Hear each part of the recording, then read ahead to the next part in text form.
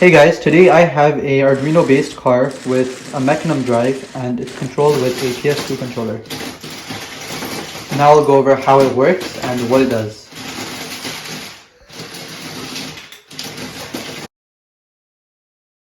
Here we have our PS2 controller, and the way you can tell it's connected properly is both of these lights are a solid color, they're not blinking. If they're blinking, that means it's still connecting and it won't work. When you click triangle, it will go forward. Now it'll go forward until you let go of the triangle. X is the opposite, it makes it go back. Circle makes it turn right, so it'll turn towards me. And square makes it turn left, so it'll turn away from the camera. Now the next two buttons are the cool ones. These ones make it turn horizontally. It will turn towards the right in a line. Now these buttons, to toggle them, you have to click either one of the joysticks down. So in this case, if we're going to make it go left, we click left and we click this button on the PS2 controller to make it stop. Now the next two buttons are kind of useless, but I find them kind of funny. This one turns on the buzzer and this one turns it off. That's it for the PS2 controller. Now I'll explain how it works.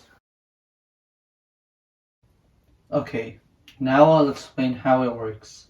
Each wheel is controlled with its own motor driver shield. The motor driver shield are the red things in the bottom right and top left. The bottom right controls the two motors on the right side, and the top left one controls the two motors on the left side. The motor driver shields have 4 input pins, 2 for each motor, and 2 enable pins. The enable pins control how fast the car moves. There's 3 ways to change the speed of the car. You can change it with the code, which is what I'm doing here. I have the enable pins connected, and you give the enable pins a binary number between 0 and 255, and that determines how fast it will move. Currently, they're all set to 255, which is the fastest speed. The second way to control the speed is with a potentiometer, and the way you would do that is you'd connect it to the second battery. In this case, the second battery is the silver one at the top. You might have not seen it, but there's a first battery at the bottom, which is used to control the Arduino and the 2 motor driver shields. The secondary battery is used to provide power to the 2 motors. So in theory, if you were to use a stronger battery, the motors would spin faster. These motor driver shields are compatible with up till 12 watts, I'm pretty sure. And that means if you would use something more than that, it would damage or burn the motor driver shield, which is not good. Now I'll talk a bit about the receiver and how it works with the PS2 controller. This blue thing at the top, in the top middle, is the receiver. This receiver is a lot stronger than the IR receiver that I've used in my previous cars.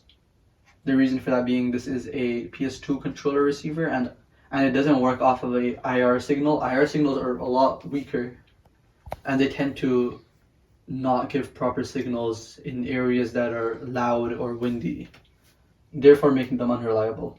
The way the receiver works in this specific car, it has 6 wires. 2 of them are power wires, so there's one GND, there's one 3.3 volts, I believe, which is the red one.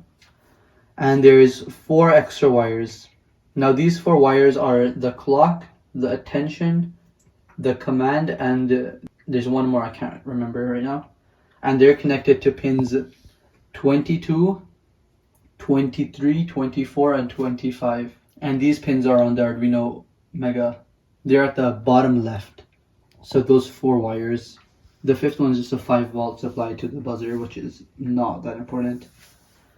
Basically, these 4 wires, or these 4 outputs, they don't have to be PWM signal pins.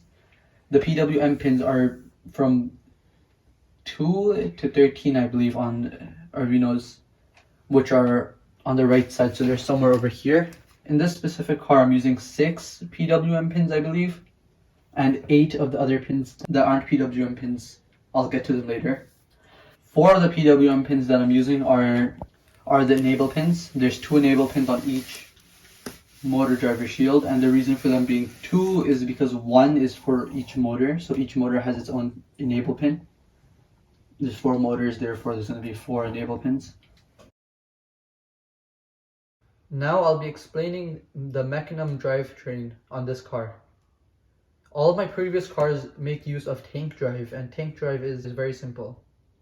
Mecanum Drive is where things get a bit more complicated, where you can make your car move horizontally and diagonally. In this specific car, I haven't made use of the diagonal functions because they're too repetitive, but I have made use of the horizontal movement, which is something you've seen in the intro. Now before I show it to you, I want you to realize that the light is blinking, meaning that the remote is not connected yet. Now it's connected. The movement is a bit weird because it's on a mat. If it was on the hard floor, it'd be a bit better. Now I'll show you how it moves horizontally.